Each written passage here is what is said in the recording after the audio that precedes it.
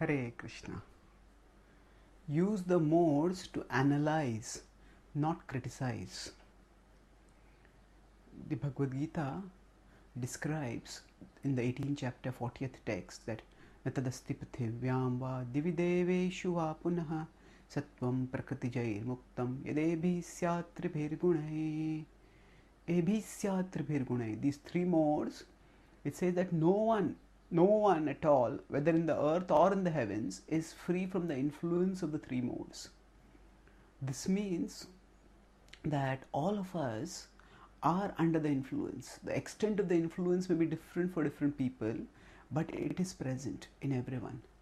When we start practicing spiritual life and when we start becoming somewhat regulated in our life, when we start becoming more disciplined, when we give up gross sensual pleasures, at that time we come to the mode of goodness.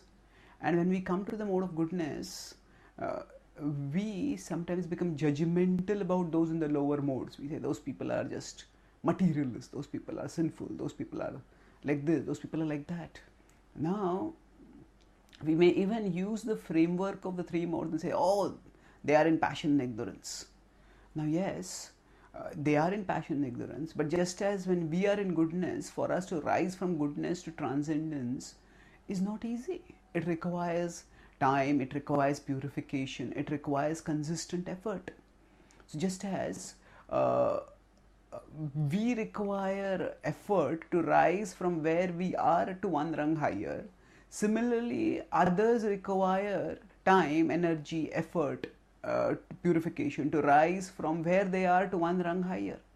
As a student who is in PhD should not despise a student who is in the kindergarten, because this PhD student may find the kindergarten exam very easy to pass, but the PhD student will have challenge in passing the PhD level exam. So just as the PhD level exam may be difficult for the PhD student, similarly the kindergarten level exam is difficult for the kindergarten level student. So people who are in modes of passion and ignorance, they often, even if they understand that what they are doing is counterproductive, it's destructive, but still it is not so easy for them to give it up. And just as those who are above us, say the postdoctoral guides of the PhD students, the guides, they need to be understanding, they need to be encouraging, they need to be guiding, not judging and condemning towards them. Similarly, the PhD student need to be understanding, guiding, encouraging towards the kindergarten students. So when people are in the lower modes, we shouldn't judge them and condemn them.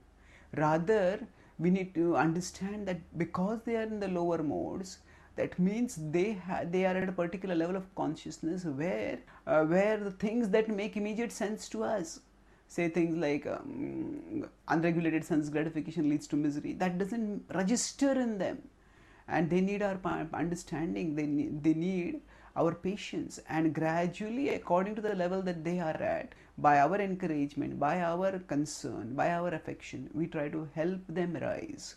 And when people behave in irrational ways, when people behave in sometimes terrible ways, we can use the modes as a framework to analyze, to make sense of people's behaviors. We understand that the modes are like ropes which pull people in different directions, and with this understanding, we can analyze and place things in proper context. But we should analyze, not criticize, because people at their core are souls who are just like us. They are pure, they are parts of Krishna, and they are struggling at their level the way we are struggling at our level.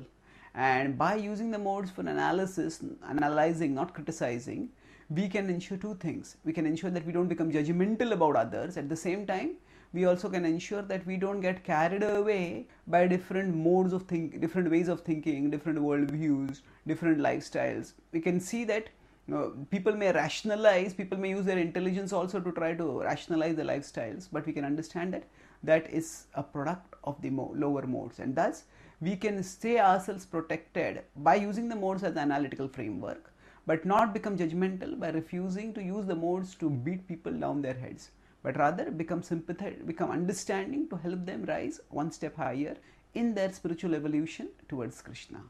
Thank you. Hare Krishna.